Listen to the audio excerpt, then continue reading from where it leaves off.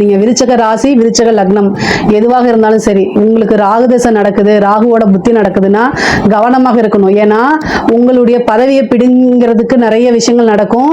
Court கேஸ்ன்னு போறது, படி ஏறுறது, அதே மாதிரி தண்டனைகள் அனுபவிக்கிறது, உங்க மேல அலிகேஷன் ஆகி அது நிரூபணம் ஆகிறது, இதனால மன உளைச்சல்கள் ஏற்படுறது, இந்த மாதிரி பிரச்சனைகள் உங்களுக்கு இருக்கு.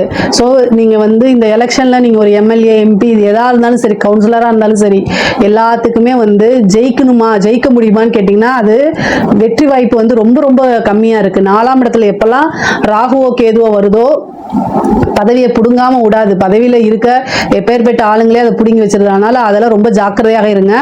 அரசியல்வாதிகளுக்கு ஏதாவது பரிகாரங்கள் செஞ்சு இறை வழிபாடு பரிகாரங்கள் செஞ்சுக்குங்க. அப்பதான் நீங்க நல்லா ஜெயிக்க முடியும். உங்களுக்கு சூழ்நிலை சாதகமாக இல்லை, உங்களுக்கு ஏதாவது தேவைப்படுது, பரிகாரங்கள் பூஜை முறைகள் தேவைப்படுதுன்னா என்ன கான்டாக்ட் பண்ணுங்க. கட்டாயம் உங்களுக்கு நான் வழிகாட்டுறேன். தேர்தலில் வெற்றி பெறதுக்கு என்னென்ன விஷயங்கள்லாம் நீங்க செய்யணுமோ அது எல்லாமே நான் உங்களுக்கு சொல்லிக் கொடுக்குறேன். பொதுவா விருச்சக ராசிக்காரங்களுக்கு ரொம்ப ரொம்ப நல்லா இருக்கு. எல்லா துறையும் காட்டிலுமே ரொம்ப ரொம்ப நல்லா இருக்கு. கிரக நிலைகள் அதாவது ரொம்ப கெடுபலன்கள் இல்ல, சாதகமா சூப்பர் ஜாக்பாட் அப்படின்னு சொல்றதை காட்டிலும் சாதகமா தான் இருக்கு. இந்த விஷயங்களை நீங்க கையாள முடியும். இதை தாண்டி வந்து பாத்தீங்கன்னா கெடுபலன்கள் அப்படிங்கிறது உங்களுக்கு கிடையாது. பொருளாதார வாழ்க்கை சிறப்பாக தான் இருக்குது.